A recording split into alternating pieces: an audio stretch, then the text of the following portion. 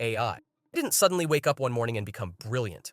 What changed is quieter and more unsettling. Systems that once depended on people as the glue are now reorganizing themselves around machines. In 2026, AI stops behaving like a clever tool you occasionally consult and starts behaving like infrastructure you unknowingly rely on. It fades into the background, not because it's less important, but because everything else quietly rearranges itself around it. Most conversations still orbit the same tired markers. Bigger models, better answers, more impressive demos, but those are surface effects. The visible foam on top of a much deeper current. Underneath, the real shift is that organizations are no longer asking, "What can AI do?" They're asking, "Where are humans slowing things down?" That single question changes how systems are designed, where responsibility lives, and how decisions move through an organization. This year marks the point where AI moves from novelty to necessity, not because it's magical, but because complexity, speed, and scale finally outgrew human coordination. Workflows became too tangled, decisions stacked up. Context slipped between meetings, tools, and teams. AI stepped in not to replace judgment, but to hold systems together.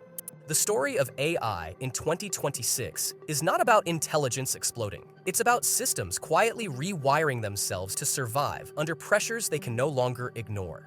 When one AI stopped being enough.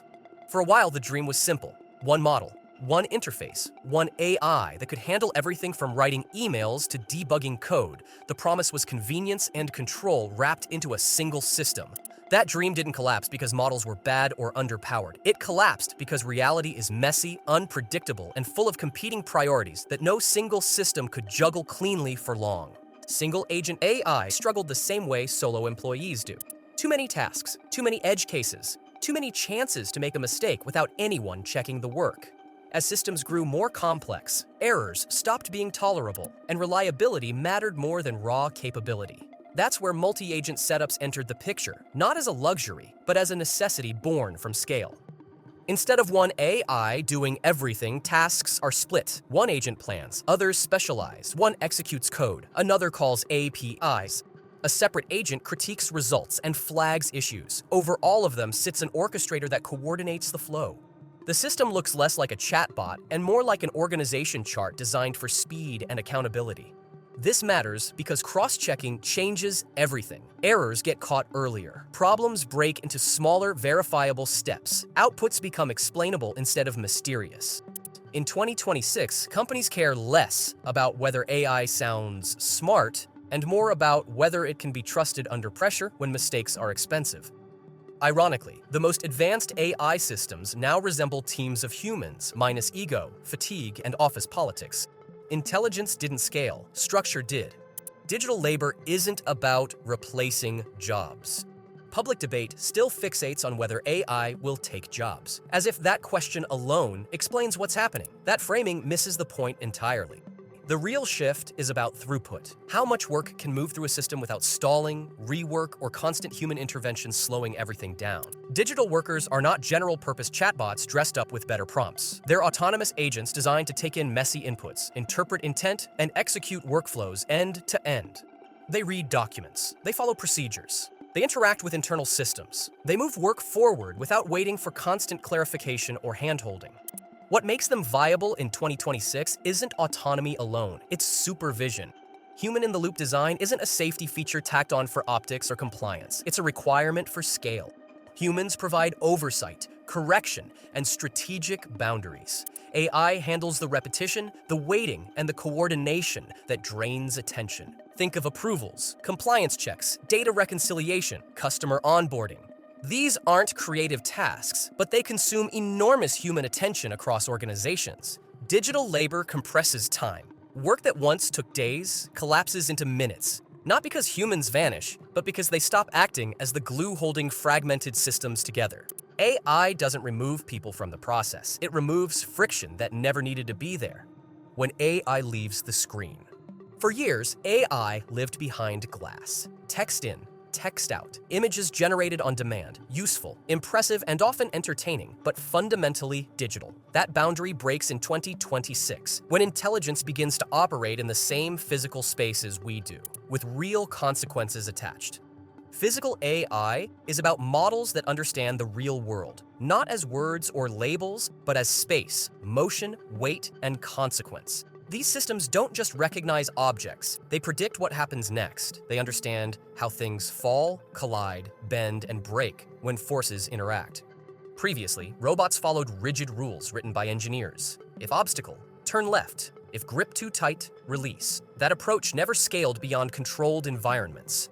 The world is too unpredictable. Physical AI flips the logic. Models are trained in simulations that mimic reality, learning physics through experience rather than instruction manuals. The result is robots that adapt instead of freezing, machines that can grasp unfamiliar objects, navigate dynamic environments, and recover from mistakes without human intervention. In 2026, these systems move from labs to commercial settings, warehouses, factories, hospitals, critical infrastructure. This isn't about humanoid spectacle or viral demos. It's about machines finally understanding consequences in the physical world. When AI leaves the screen, the margin for error shrinks, and that pressure forces systems to mature fast. AI enters the room with you. Another quiet shift is happening at the interface level. AI is no longer something you use, it's something you work alongside.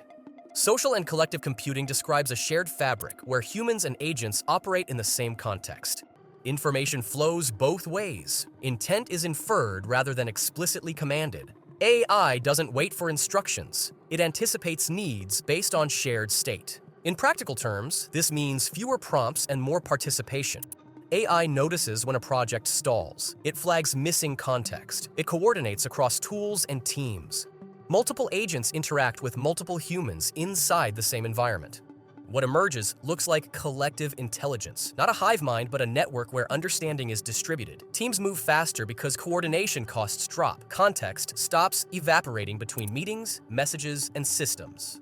In 2026, the biggest productivity gains don't come from better answers. They come from fewer handoffs. If this breakdown is useful, hit like and subscribe. This channel focuses on how AI actually reshapes systems, not just flashy demos.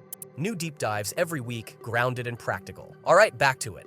Why trust became the bottleneck? As AI systems spread, trust collapsed before capability did. Organizations realized they couldn't deploy powerful models without knowing how they behaved under scrutiny. That's why verifiable AI becomes unavoidable in 2026. Documentation is no longer optional. Systems must show how they were tested, what risks were identified, and how failures are handled. Users must know when they're interacting with machines. Training data must be traceable. This isn't about slowing innovation. It's about making deployment possible. High-risk AI without auditability becomes legally and operationally radioactive. The safest systems win adoption, even if they're less flashy. Regulation accelerates this trend, but it doesn't create it. Enterprises already demand explainability because opaque systems break under pressure. Verifiable AI turns trust into an engineering problem instead of a marketing promise. Compute stops being a place. Behind every AI advance sits a quieter revolution in computing itself. The old assumption was simple.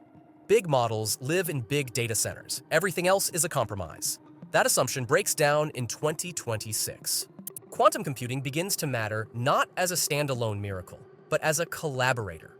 Hybrid quantum classical systems tackle optimization, simulation, and decision problems that classical machines struggle with. Quantum doesn't replace existing infrastructure. It augments it where it makes sense. At the same time, reasoning moves outward. Smaller models learn to think locally. Distilled reasoning allows devices to solve problems without sending data back to centralized servers. That reduces latency, protects privacy, and improves resilience. All of this converges into something stranger, amorphous hybrid computing. Workloads flow across CPUs, GPUs, specialized accelerators, and emerging hardware. Models are no longer tied to one architecture. They adapt to whatever compute is available. In 2026, compute becomes fluid. Intelligence runs where it's needed, not where it's traditionally hosted. The pattern hiding in plain sight. Step back and the pattern becomes obvious. None of these trends are about AI getting smarter in the human sense. They're about systems adapting to pressure. Complexity forced multi-agent coordination. Scale forced digital labor. Reality forced physical understanding. Collaboration forced shared context. Risk forced verification. Limits forced hybrid compute. Each trend responds to a constraint humans could no longer absorb. AI fills the gaps, not because it's brilliant, but because it's tireless, consistent, and fast. 2026 isn't a finish line, it's a transition. Intelligence stops being a feature you buy and starts being infrastructure you depend on. That raises a more important question than whether AI will be powerful. When intelligence becomes infrastructure, who gets to decide how it's shaped? That question, more than any model release, defines what comes next.